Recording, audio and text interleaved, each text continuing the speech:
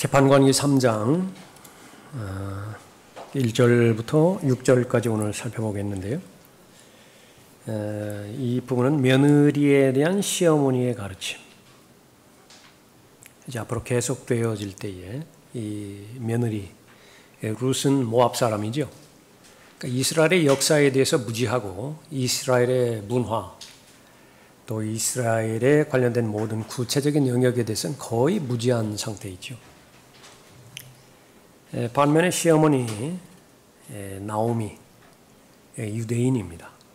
그 누구보다도 이스라엘에 대해서 잘 알고 있는 사람이죠. 이제 며느리가 개종을 했으니 이제 거기에 부합된 삶을 잘 살아가게 하는 것인데 그 마음뿐만 아니라 이 시어머니는 며느리를 아주 사랑했습니다. 마음으로 사랑했죠. 왜 안 그렇겠습니까? 그렇게 서로 마음이 통하고 또 아름다운 고백이 그냥 위선적인 고백이 아니라 어디를 가든지 나도 함께 갈 것이고 죽음에까지 같이 할 것이라고 고백을 들었을 때 왜 감동이 안 되겠어요? 그에 대한 합당한 반응으로 나오미는 룻이 아주 잘 되기를 바랍니다. 잘 됐으면 좋겠어요. 두 가지 마음만 품으면 인생에 있어서 거의 대부분의 문제는 해결됩니다. 하나는요, 그 사람이 얼마나 불쌍한 사람인가라고 하는 그것을 인식하는 것입니다.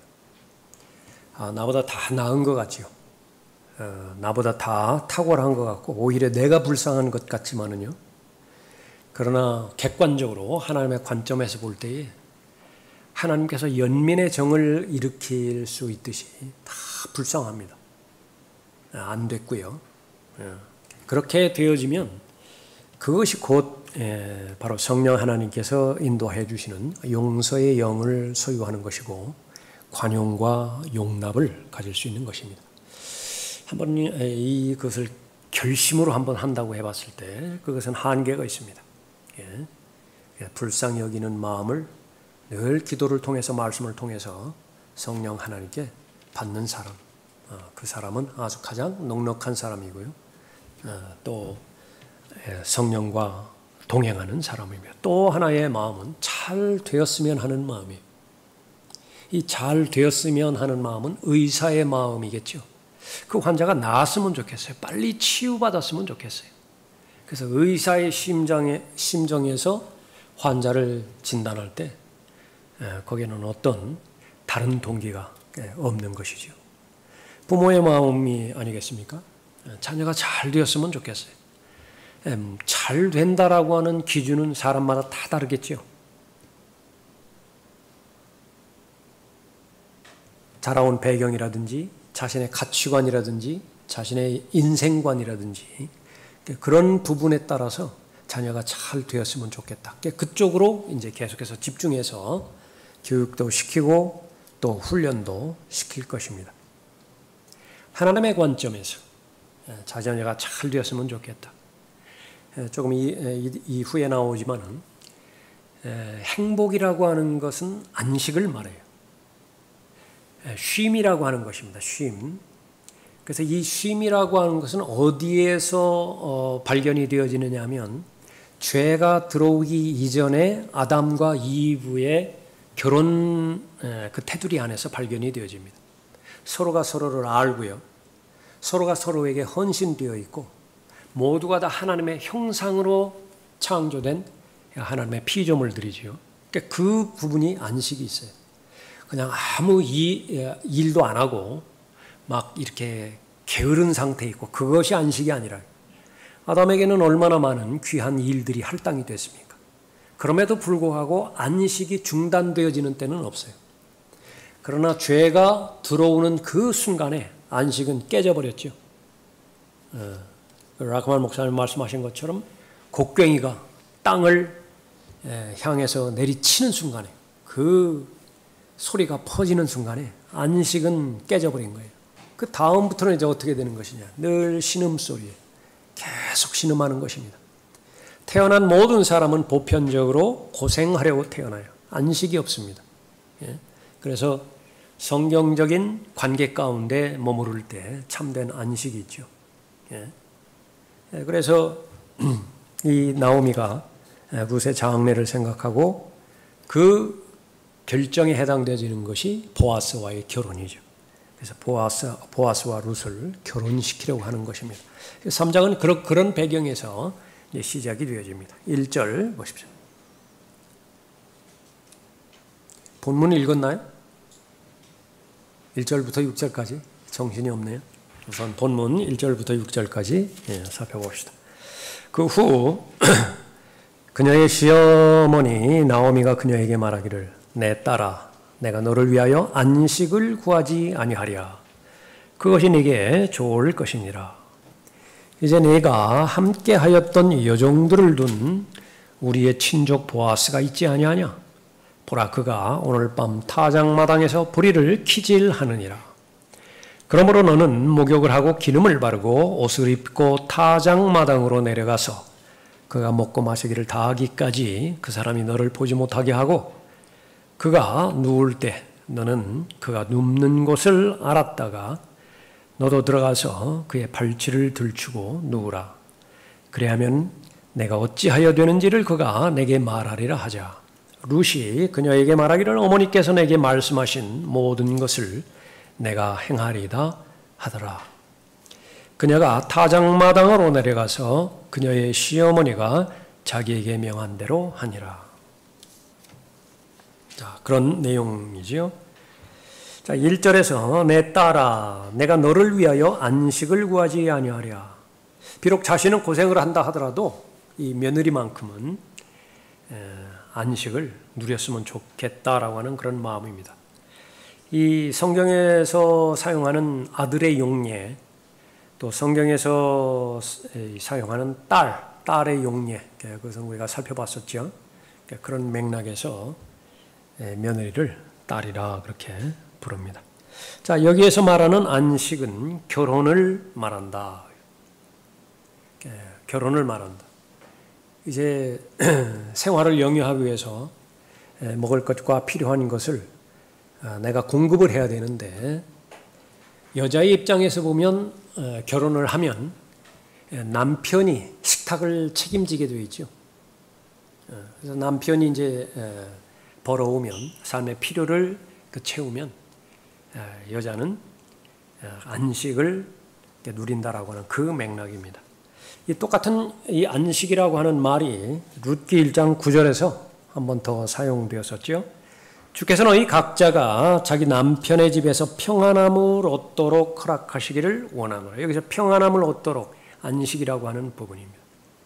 평안함, 행복 모두가 다 안식과 연관이 되어지는 것이죠. 그래서 이 두 며느리가 안식을 얻기 위해서 평안함을 누리도록 하기 위해서 결혼을 강권했던 나오미의 말이었습니다. 자, 여기에서 말하는 안식은 그리스도의 신부를 보여주는 그림이다. 예표적으로 또 그리스도의 신부를 나타내 줍니다. 1절에서 말하는 안식은 생계를 위해 일하는 것을 멈추는 것을 말한다. 누가 멈추는 것이냐 그러면 아내가 멈춰요. 남편은 계속 일하는 거예요. 지금 아내의 초점이 맞춰졌습니다. 룻의 관점에서 말하는 거죠. 그러면 그리스도의 신부 역시 마찬가지 아내죠. 신랑은 주 예수 그리스도이십니다. 그러니까 예수 그리스도께서는 일을 하시는 거예요. 자신의 하셔야 될 그런 그 일을 하시는 것인데 그 결과 신부에 해당되어지는 그리스도인, 그리스도의 몸, 그것은 어떠한 일도 하지 않는데 특히 바로 구원받기 위해서, 결혼하기 위해서 어떤 일도 하지 않는 것입니다. 마태복음 11장 28절에서 수고하고 무거운 짐진 자들아 다 내게로 오라. 예수 그리스도께로 오면 어떻게 되죠? 혼인관계가 형성이 되어집니다.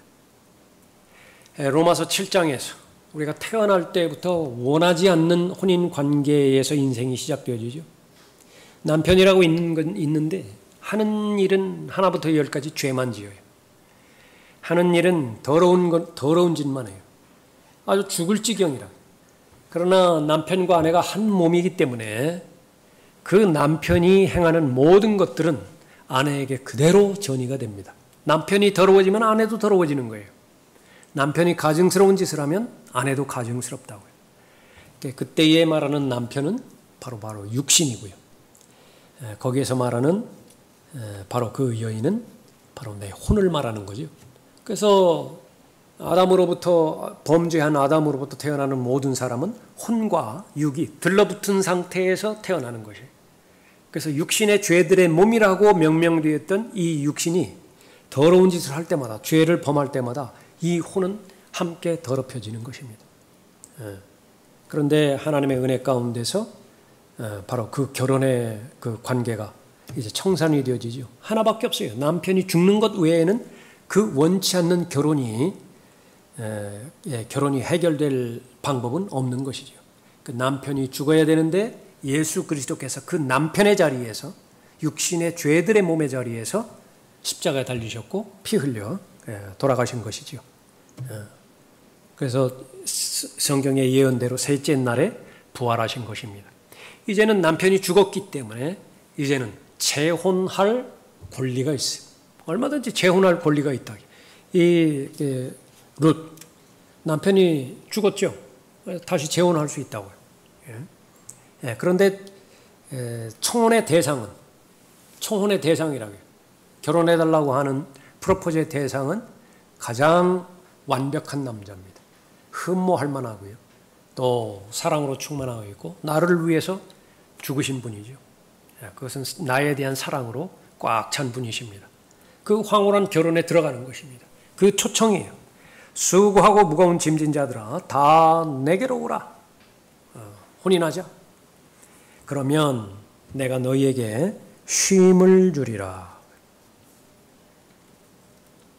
그래서 성경에서 말하는 참된 쉼, 참된 안식, 그것은 예수 그리스도를 통해서만 얻을 수 있습니다. 로마서 11장, 마태복음 11장 28절의 말씀에 의해서만 안식을 얻을 수 있어요. 예수 그리스도 안에 있는 것, 그것은 예수 그리스도를 통해서 전달받죠.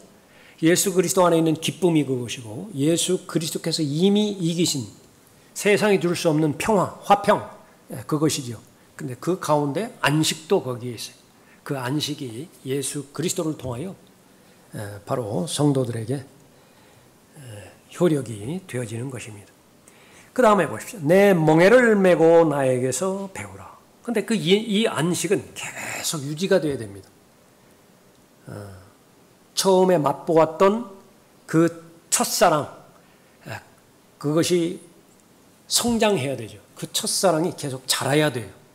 방법은 무엇이냐? 그럼 배우는 데 있습니다. 예수 그리스도를 계속 배워가요. 근데 배우는 데 조건이 있죠. 내 멍에를 메고 나에게서 배우라. 그리하면 너희가 너희 혼에 쉼을 얻으리라. 또 한 번 반복해서 말씀하시죠. 예수님께서 강조하시는 최종적인 목적은 무엇이에요? 쉼이라고요. 안식이라고요. 이것이 바로 참된 만족인데, 이것은 바로 헌신의 과정을 통해서 예수 그리스도께 헌신하는 것이죠. 헌신했을 때에 예수님께 헌신했다면 예수님이 전적으로 책임지십니다. 그죠? 남자가 여자에게 헌신의 고백을 했다. 그 고백을 받은 사람은 전적인 책임을 다 진다고요. 그것이 인간 관계 가운데서도 그래요. 아버지만 의탁한다. 어린아이가. 그러면 그 자신의 형편을 살피지 않고 그 어린아이의 모든 필요를 채워주고 어린아이에게 발생하는 모든 위험 요소들을 무슨 수를 동원해서라도 그걸 막아내는 것입니다. 그것이 바로 예수 그리스도예요. 내 멍에를 메고 나에게서 배우라. 그리하면 너희가 너희 혼에 쉼을 얻으리라. 그래서 하나님의 진리의 말씀을 올바로 나누어서 잘 공부하고요. 공부한 그 하나님의 말씀이 내 마음 가운데 적용되도록, 내 삶 가운데 적용되도록 자기를 부인하고 예수 그리스도를 그때그때마다 시인하는 것이죠.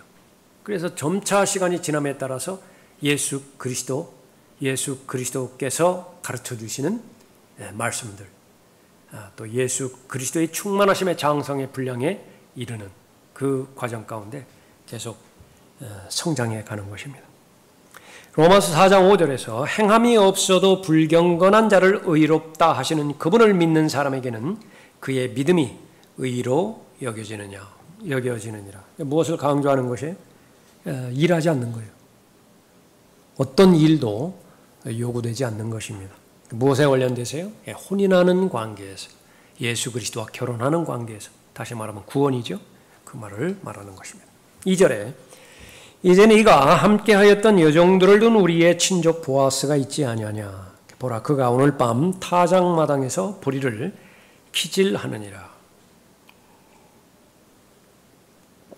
보아스가 여기 나오죠. 우리의 친족 보아스가 있지 아니하냐. 계속 반복합니다. 지금 세 번째 말하는 거예요. 우리의 친족 보아스가 있지 아니하냐. 그런데 이 친족이 얼마나 가까운 친족인지에 대해서는 언급하지 않습니다. 그러나 보아스보다 더 가까운 친족이 있어요. 그것이 바로 12절에서 나오는데, 또 이제 내가 너의 가까운 친척인 것이 사실이나 나보다 더 가까운 친척이 있느니라. 그래서 그 사람이 먼저 권리를 사용할 수 있는 권한이 있다고요. 룻과 결혼할 수 있는, 결혼을 한다 그러면 보아스는 결혼을 못하는 거예요. 그러나 거부했을 때, 거절했을 때 이제 그 다음 차례로 보아스가 그 권리를 소유하는 것이죠. 그가 오늘 밤 타작마당에서 보리를 키질하느니라. 추수를 말하는 것인데, 이 주로 이제 밤에 추수를 해서 그 다음 날 아침까지 날이 밝을 때까지 그 곡식을 주인은 지켜야 됩니다. 요즘도 그 가끔 가다 뉴스 보면은 그 들에다가 벼 이렇게 말려놓은 것이라든지 농작물, 고추 이렇게 말려놓은 거 밤새 와가지고서 트럭 몰고 와가지고 다 실어가고 그러죠. 참 그것보다 허망한 거 없을 것 같아요. 그게 돈보다 더 할 것 같아요. 돈 잃어버린 것보다 더 할 것 같습니다. 지켜야 되는 것입니다. 도둑들이 와서 훔쳐가지 못하도록 지켜야 되는데 그 곡식더미 앞에서 밤을 세우는 거예요. 거기서 선잠 자겠죠. 그것이 보편화된 그런 일이었습니다. 자, 그 타작의 과정을 보면 곡식을 모두 추수한 후에 타작한다. 언덕 위 평평한 곳에서 땅을 고른다. 수선한 아기가 무게가 나가는 덩어리를 끌고 타작마당을 빙빙 돈다. 이제 그 탈곡하는 것이죠. 줄기에서 이삭을 떨어내기 위함이고 겉껍질에서 알맹이를 분리시키기 위함이다. 이것이 타작의 과정이다. 그러면 그 언덕 꼭대기를 가로지르는 미풍이 불어온다. 그러면 이제 거기에 키질하고 까부르면은 나달과 쭉정이가 이제 분리가 되어지는 것인데, 나달은 무게가 있으니까 가라앉고 쭉정이는 가벼우니까 공중에 뜨죠. 그러면 이제 이 바람에 의해서 분리가 되어지는 것입니다. 바람이 불면 가벼운 쭉정이는 날아가고 무거운 알곡은 마당에 떨어진다. 이것이 바람 고르기의 과정이다. 지중해의 미풍이 밤에 분죠.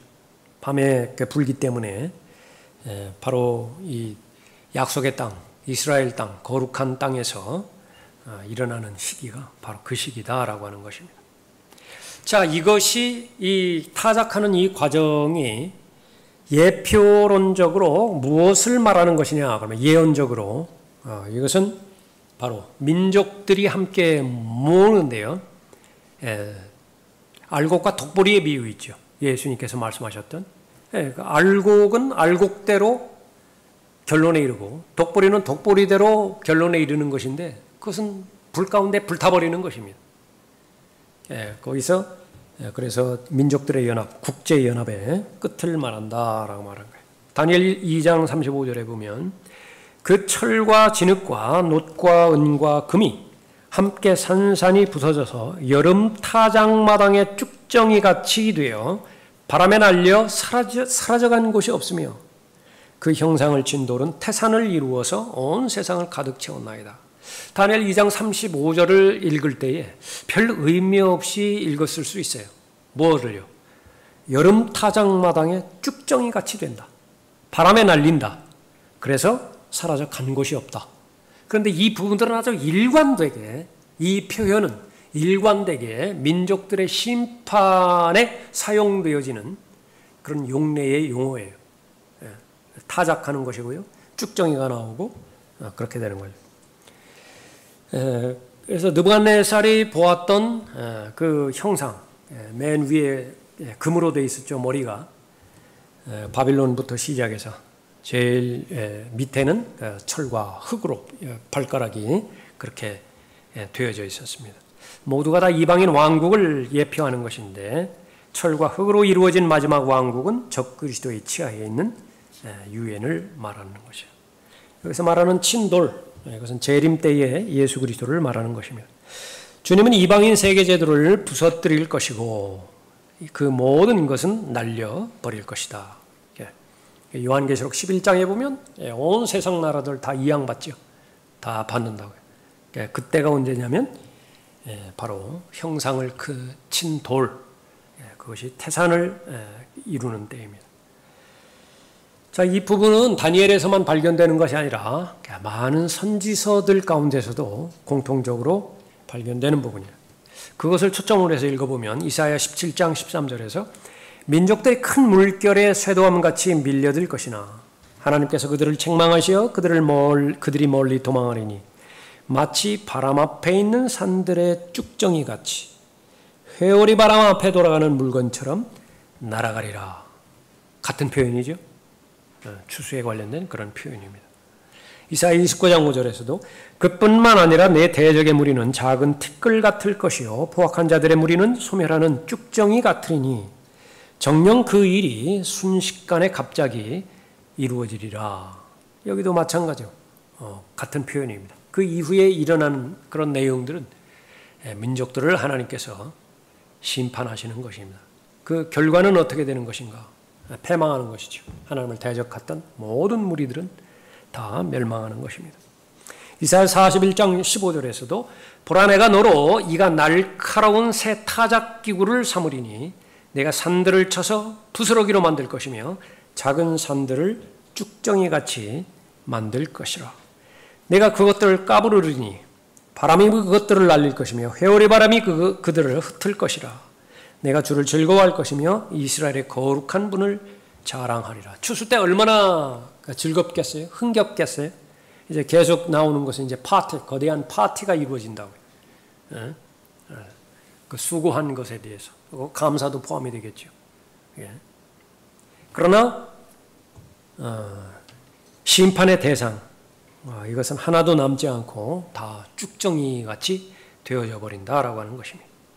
미가서 4장 11절에서 이제 또한 많은 민족들이 너를 대적하여 모여서 말하기를 그 민족을 더럽히고 우리의 눈으로 시온을 보자 하는도다. 그러나 그들은 주의 생각들을 알지 못하며 그의 계획을 깨닫지 못하나니 이는 그가 그들을 타작마당의 곡식단처럼 모을 것임이라. 오 시온에 따라 일어나서 두드리라. 이는 내가 네 뿔을 철같게 하며 네 굽을 놋같이 할 것임이니 너는 많은 사람을 쳐서 산산조각을 낼 것이라. 또 내가 그들의 노획물을 주께 바치며 그들의 재물을 온 땅에 주께 바칠 것이다. 그래서 계속 쭉정이에 해당되어지는 것, 결국은 무엇을 말씀하시고자 하는 것이냐? 예수 그리스도의 재림과 더불어서 예언된 말씀이 성취가 된다라고 하는 것입니다. 시편 1편 4절에서는 악인들 무엇에 비유를 했느냐면 바람에 날리는 쭉정이와 같다 이렇게 언급을 하고요. 취임낸 요한은 예수 그리스도께서 나타나실 때 주님이 가지고 계신 키에 대해서 말씀하시는데 이것도 역시 마찬가지로 추수와 관계가 있죠. 키질 한다라고 할 때 키죠. 그분은 손에 키를 들고 자기의 타작마당을 철저히 정결케 하실 것이며 알곡은 모아서 창고에 들이고 쭉정이는 꺼지지 않는 불로 태우시리라. 꺼지지 않는 불, 바로 지옥을 말하는 것이죠. 그래서 조금 전에 살펴봤던 알곡과 독보리의 비유에서 예수님께서 하신 말씀이에요. 마태복음 13장 30절, 37절 이후에 있는 거죠. 좋은 씨는 왕국의 자녀들이라. 그러나 독보리는 악한 자의 자녀들이요. 그 다음에 건너뛰어서 추수는 세상의 끝이요 추수꾼들은 천사들이니라. 그러므로 독보리를 거두어서 불에 태웠듯이 이 세상의 끝에도 그렇게 되리라.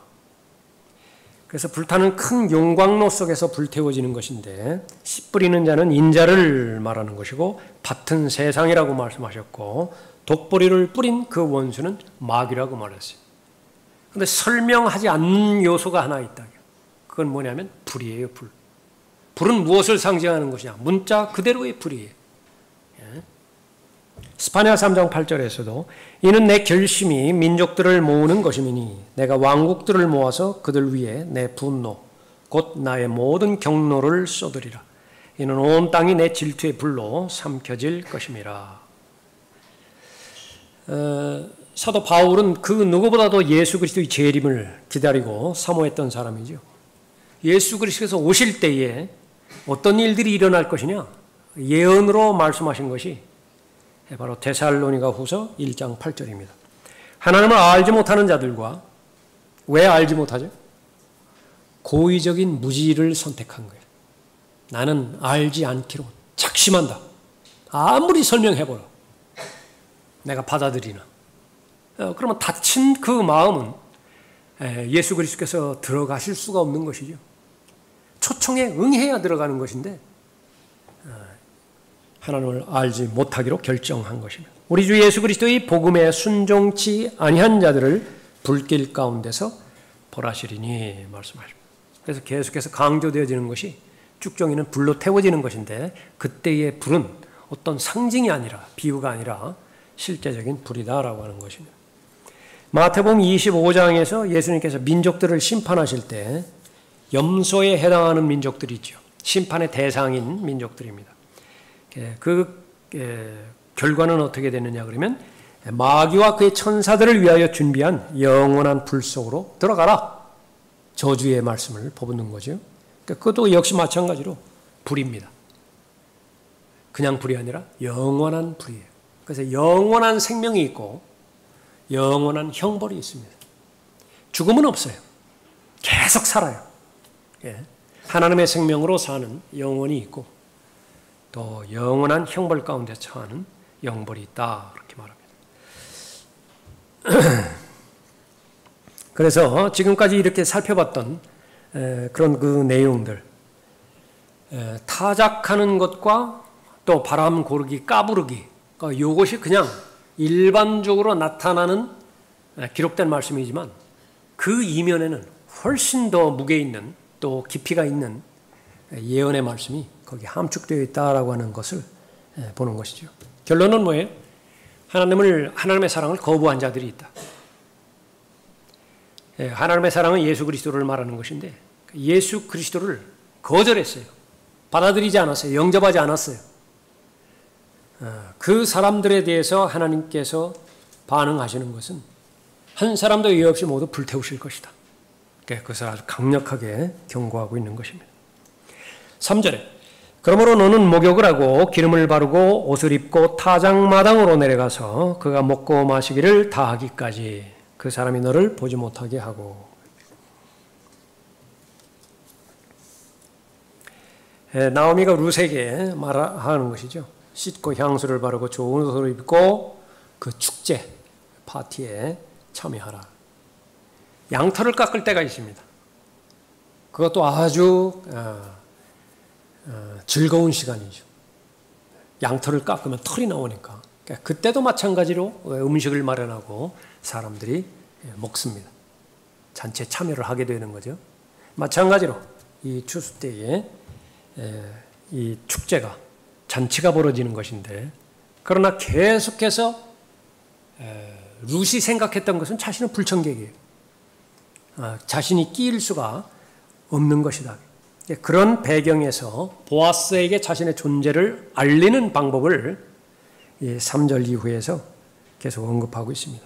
자신의 존재를 알리려면 보아스가 혼자 있어 잠이 들 때에야 가능했다.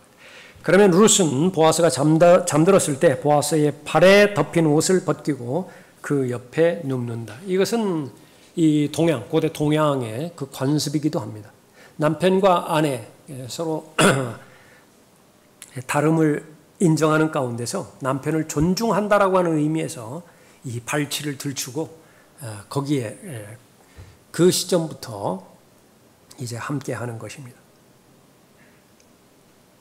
그리고 그가 잠에서 깨기를 기다렸다가 그녀에게 무엇을 하라고 말할 때를 기다려야 한다.